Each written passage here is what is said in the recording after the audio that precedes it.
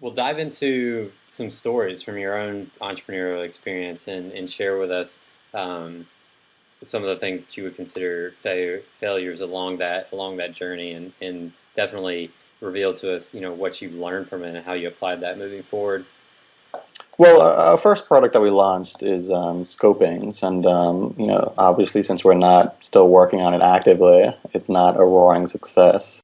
Hmm. And what it was it was sort of like a job network for people who already have jobs. So it was a way for people who are currently employed to find out about the opportunities that were sort of just right for them, and not inundated with hundreds of job postings, right? There's going to be, one or two that popped up, once a month, once every 3 months, even 6 months. You get, one email from us, um, which makes a lot of sense, right? You should know about these things, and you only want to know about the very few that are just right for you. So the idea was that, we'd basically learn about your preferences and your skills over time, and you'd slowly get to a really small scope that was just the right match, and you get only the good stuff, and everything else would just would just sort of go away. And it could follow you over the length of your career, right? As things change, and we learn more about you, and depending on where you are, you'd still be learning about these opportunities. Um, so I think that's something common for a lot of sort of young entrepreneurs or to work on, right? It's a sort of a really big broken industry, the Yeah. recruiting industry. And so, I mean, you see tons of these guys launching, every day or so with sort of a new twist on it, or, their own sort of angle on how to improve it. And it needs to be improved. Um, but we were about a year into it, and we hadn't really launched, right? Yeah. Which is a problem. We had a really rich feature complete product, which is good, but I guess the biggest thing we learned there was that you need to launch as soon as possible. Now, you don't want to send something out that's totally half baked, right? It still has to be solid and something that people think is good. I think the mantra of launch, like right away, is good to an extent, right? I think it does a disservice to some people where they think, oh, I'll just put out you know the a total piece of crap, and then people will tell me what's bad about it, and I'll approve and iterate. That's not entirely true, right? I mean, you have to start out with something that people Yeah. will think is half decent, and then they'll feel like it's worth their time Yeah. to actually give you some input on. So it has to be half decent, but you definitely need to get it out there. That's probably one of the biggest takeaways I have from that. Get it out there, get people using it, get real feedback, and then iterate. For Flip 2, we actually landed a client before the entire product was fully baked. And all of our clients actually pay, right? There's no freebies here, so everyone pays a monthly subscription. And we had an idea, we built some concepts, we tested it out in sort of a different vertical, and then we reached out to some folks in the travel and hospitality industry, specifically hotels, and we landed probably within the first 3 weeks a paying client, and then from there we actually built out the rest of the product and improved upon it and iterated, and were landing clients along the way as we were building it. Again, don't make your idea into brain crack, right? I Yeah. mean, don't get so absorbed with the crafting the most perfect idea in your head. Um, get it out there, because there's always going to be some problems with it. There's going to be issues. There's going to be things that you haven't realized just totally suck about it. And you only realize that when people tell you, right? Yeah. And you also don't realize what's the best part of your product. I mean, it's funny. I mean, sometimes you'll get feedback where you never thought that a certain feature that you build would become sort of the main focus of everyone's attention. But once it does, I mean, then you sort of you say, okay, let's shift focus. Let's focus entirely on that and build what people like, what people want, and what people are willing to pay for. Yeah. That's the most important, right? Build Yeah. stuff that people will pay for and that they want. Yeah. So what happened? You said you kind of went a year with Scopings and still hadn't launched. Did you ever? Did you? I mean, did you launch at some point? Yeah, I mean, we launched, and it was slow going. I mean, part of it was that it was in an industry that we didn't have deep domain expertise, right? I mean, we weren't recruiters, we weren't HR people, and part of it was too was that it was a tough industry to be in. I mean, I think if you were to start a sort of any sort of job search or anything recruiting related, you'd find that you know a lot of people want better solutions, but at the same time, a lot of these internal recruiters don't really want you to improve their jobs, and that's something you don't realize until you go out there and start talking to people. So, for example, I mean, there's internal recruiters where they don't want more clarity into the recruiting process. They don't want you to know how many candidates they look at, or how many they reject, or what all the interactions are, or how much time they spend, or what their percentage of successful hires are. Huh. And that's not obvious, right? I mean, when you start thinking about building a product, I mean, you think everyone wants something better, right? That saves them time, Yeah. and but that's not always true. And so, I mean, if you have, you know, these key people, right? These people who have to really like your product, and be on board with it for your product to succeed, and they may be somewhat resistant to using that product. I mean, it's going to be a tough sell, right? I mean, their bosses are always going to be like, "This is great. We all want this. I mean, sign us up." But then the people who are going to be using it are like, "Well, you know what? I don't really want this sort of like analytics into what I do on a day-to-day basis. Yeah. That doesn't really work for me." Um, so, I mean, that's something that you learn. I mean, that's something where you talk to people and you sort of find out these things. Yeah.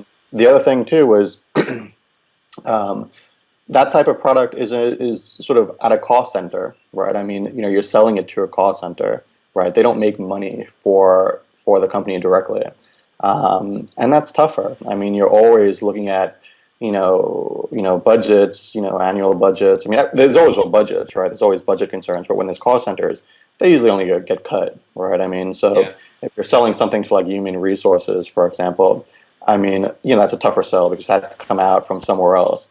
Where Flip Two is on the revenue side of things, right? So we're giving you a product that actually helps you make money, and those are more fun products to work on Yeah. because they want you, right? I mean, they're willing to pay for it, and you're helping them grow, as opposed to simply extracting money from them.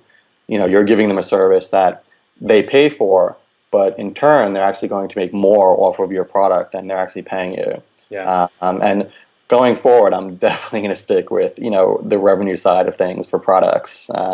They're way easier to talk about. There's a lot more people willing to talk to you, and people are just a lot more interested. Right? It's just a more fun conversation, like what we can do to help you, as opposed to give us more of your budget and we'll save you time. Yeah. So, did you feel like if you during that year when y'all were developing the product, I mean, I guess you talk about it like you kind of developing that product. That during that year, were you really kind of hush hush about it, not really, beating the scene about it, and you know, working up the hype and everything like that, talking to people, getting the feedback. Were you doing that or not? Yeah, I mean, we were pretty stealth. I mean, and that was a Yeah. mistake. We were really hush hush. I mean, we thought we were building like the most incredible thing, which maybe it was. I Yeah. mean, and I guess you could say it could be. I mean, I think it's really good, Yeah. but at the end of the day, I mean, we didn't get it out there, right? I mean, it doesn't matter Mm-hmm. what we think, right? I mean, you need to get it out there and see what people how they react, and let them tell you, okay, this is why I'm going to buy your product, this feature alone, and then from there, you sort of build out, right? So as opposed to building a really huge feature complete product, build something that is going to attract people who are willing to pay for it, and then whatever those features are, continue to build upon them, and then go out and then figure out what you should build next. Yeah. And that was definitely something that was a mistake. This is a great example because I think a lot. I think a lot of entrepreneurs, especially on their first go at things, really run into this. Especially that kind of mindset that you need to keep it a secret almost because you're working on something awesome. And a lot of times we are, it is an awesome concept and everything, But it's a huge learning, uh, gap even just to bridge that mental chasm from, oh, it is okay to tell people about this because obviously eventually they're going to have to know anyways, and Yeah. and to be truthful. I mean, there's so few other people out there that are ready and willing to steal just some, you know, whatever, one or two people, a handful of people just going out there and trying to make something happen. Nobody's going to come in and just swoop and steal their idea Yeah. and necessarily going to be able to move any faster than they're going to be able to move. Yeah, absolutely. I mean, and that's something I think you're absolutely right. Where you really need to internalize that. I mean, you can tell. I mean, there's some lessons where you can read VC blogs, you can read entrepreneur blogs, you can read all this stuff, and you sort of like, okay, that's common sense, right? You're like, yeah, I know that. Yeah, But there's some things where you really have to internalize them, which is the point you're making, where no one's going to steal your idea. I mean, generally speaking, I mean, if you can't execute faster than whoever's stealing your idea anyway, you're probably not going to succeed, right? I mean, you need to have the capability to pull this thing off, and you're right. I mean, no one's out there looking to steal ideas and then spend a whole lot of time trying to prove them out. Granted, there are some really really good ideas out there, and people jump on them and try to copy them, but like I said, I mean, if someone's copying your idea, you're probably in a good place, right? And it's still going to be up to you to execute, because even if you do start to succeed, right, and you start taking off, then people are going to come after you.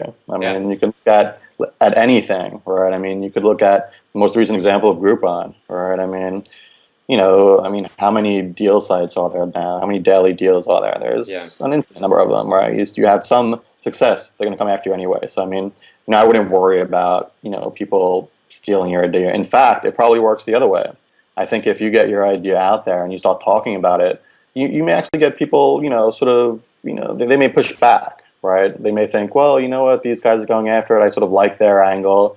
Maybe it's too tough of competition for me. Maybe I shouldn't jump in and try building this. Let me think of something else. yeah. So I mean, definitely get. I mean, I wouldn't be scared off about getting your idea out there. No, you can't be because it really just comes down to, I mean, with these specific examples, it has a lot to do with just fear of competition almost. Um, at least that, I mean, that's how I kind of view it, as a fear of competition. But you're always going to get to a point where you do encounter competition. Yeah, I mean, as a startup, you don't have competition. I mean, Right. let's be realistic. I mean, if you're, a couple of people, you have zero competition. I Hmm. mean, there's not, a single company that cares about you. Yeah. They just don't. I mean, so I mean, your only competition is yourselves, right? I mean, you need to execute.